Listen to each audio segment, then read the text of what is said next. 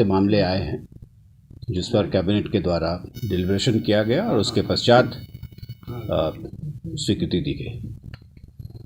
पहला है कि गृह विभाग बिहार पटना के द्वारा उनके पास जो बिहार पुलिस रेडियो संगठन है, वहाँ पर वो राजपत्रित पदाधिकारियों की सीधी नियुक्ति करते हैं और उसके लिए उन्होंने एक नियमावली लाए थे, जिसमें जो डीएसपी के स्तर पर जो नियुक्ति होती हैं उसमें 50% सीधी नियुक्ति से होगी और 50% जो नीचे से इंस्पेक्टर्स होंगे उनको प्रमोट करके किया जाएगा।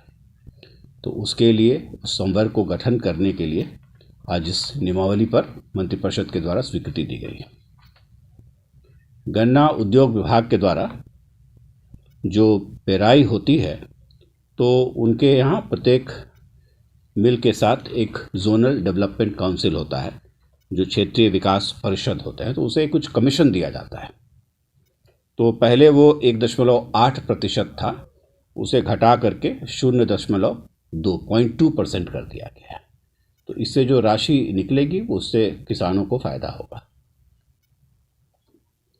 फिर पंचायती राज विभाग के द्वारा, आप सब लोग इस बात से वाकिफ़ हैं कि विगत मंत्रिपरिषद की बैठक में कई नए अर्बन लोकल बॉडीज़ बनाए गए हैं और जो एग्जिस्टिंग अर्बन लोकल बॉडीज़ थे उनको अपग्रेड भी किया गया है।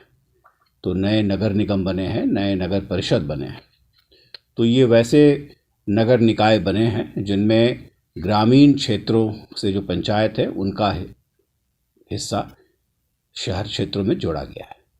तो अब जो पंचायतें बच जाएंगी उसके संदर्भ में क्या किया जाना है, उसके लिए पंचायती राज विभाग के द्वारा आज एक प्रस्ताव लाया गया था और उस पर कैबिनेट के द्वारा स्वीकृति दी गई है। तो उसमें प्रस्ताव ये था कि यदि 91 की जनसंख्या के आधार पर यदि किसी पंचायत की आबादी 3000 या उससे ज़्यादा है तो उसे पृथक पंचायत के रूप में रखा जाएगा।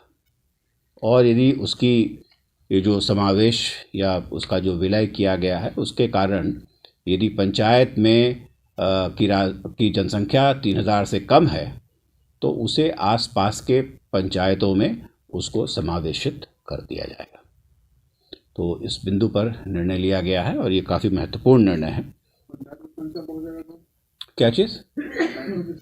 पंचायतों की संख्या कैसे बढ़ेगी? जैसे कोई एक पंचायत X था, उसका कुछ हिस्सा चला गया नगर क्षेत्र में, तो फिर आप देखेंगे कि उसकी जनसंख्या कितनी बची।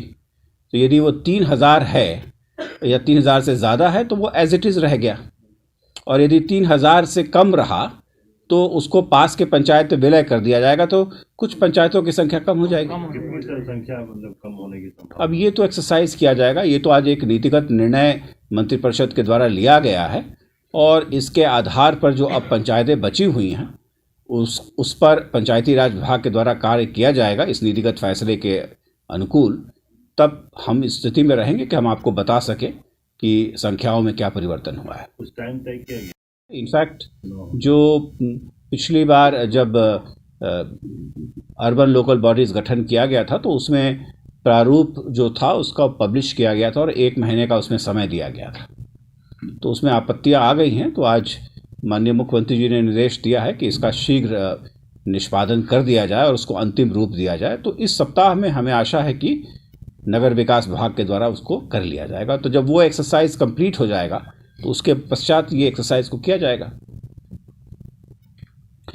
पशु एवं मत्स्य संसाधन विभाग के द्वारा जो पशु चिकित्सा एवं पशु विज्ञान महाविद्यालय किशनगंज है उसको सुदृढ़ करने के लिए वहाँ पर 208 एकेडमिक और जो एडमिनिस्ट्रेटिव पोस्ट है उनके सृजन के प्रस्ताव पर मंत्रिपरिषद के द्वारा स्वीकृति दी गई है।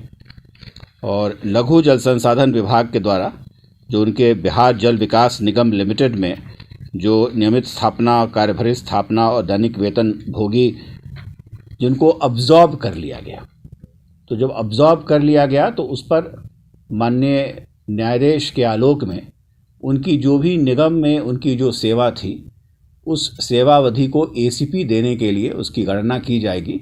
इस बिंदु पर लघु जल संसाधन विभाग के द्वारा प्रस्ताव लाया गया था जिस पर मंत्रिपरिषद के द्वारा स्वीकृति दी गई। स्वास्थ्य विभाग के द्वारा कुल 1, 2, 3, 4, 5, 6 कुल 6 ऐसे चिकित्सक हैं जो एक लंबी अवधि से अनाधिकृत रूप से अनुपस्थित थे, उन पर विहित प्रक्रिया अनुसार विभागीय कार्रवाई चला करके उन्हें आज सेवा से बर्खास्त करने का निर्णय लिया गया।